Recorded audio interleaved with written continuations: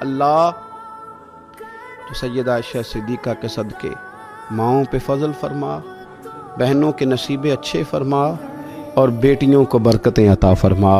حضرت عائشہ صدیقہ رضی اللہ تعالیٰ عنہ نا بطور ناز کے فرمایا کرتی تھی، کہتی تھی 10 خوبیاں لوگوں مجھے وہ ملی ہیں جو میرے علاوہ کسی حضور کی زوجہ کو نہیں ملی۔ اماں جی وہ کون سی؟ تو فرمانے لگی میرے علاوہ حضور نے کسی کنواری عورت سے نکاح نہیں کیا۔ پھر فرمانے لگی میرے علاوہ حضور کی کوئی بیوی ایسی نہیں، کوئی اہلیہ ایسی نہیں جس کا باپ بھی مہاجر ہو، جس کی ماں بھی مہاجر ہو۔ اور پھر فرمانے لگی لوگو اللہ تبارک و تعالیٰ کا کرم دیکھو، رب کریم نے میری برات اور میری پاک دامنی کا اعلان عرش سے جاری فرمایا ہے۔ عرش سے حضرت عائشہ صدیقہ کے بارے میں 18 آیتیں سورہ نور کی نازل ہوئی۔ پھر سیدہ عائشہ صدیقہ رضی اللہ تعالیٰ عنہ فرمانے لگی میں ہی وہ خاتون ہوں کہ نکاح سے پہلی ریشمی کپڑے میں لپیٹ کے حضرت جبریل میری صورت لا کے حضور کو دکھایا کرتے۔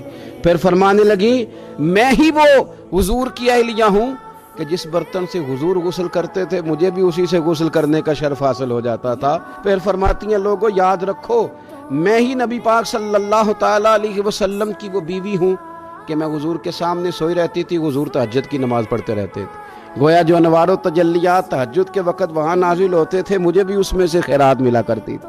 حضرت عائشہ صدیقہ رضی اللہ تعالیٰ عنہ فرماتی ہیں یہ میرا ہی مقام ہے کہ حضور میرے بستر میں ہوتے تھے اور حضور پر وحی نازل ہو جایا کرتی۔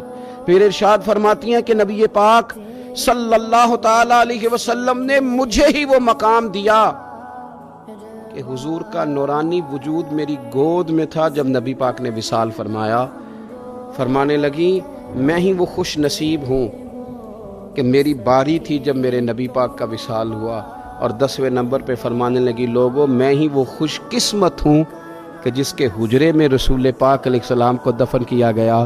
قیامت تک جس پر لوگ سلام بھیجیں گے جسے گنبد خضرا کہا جاتا ہے، یہ وہی مقام ہے جو حجرہ عائشہ صدیقہ کہلایا کرتا تھا۔ اللہ تو سیدہ عائشہ صدیقہ کے صدقے ماؤں پہ فضل فرما، بہنوں کے نصیبے اچھے فرما، اور بیٹیوں کو برکتیں عطا فرما۔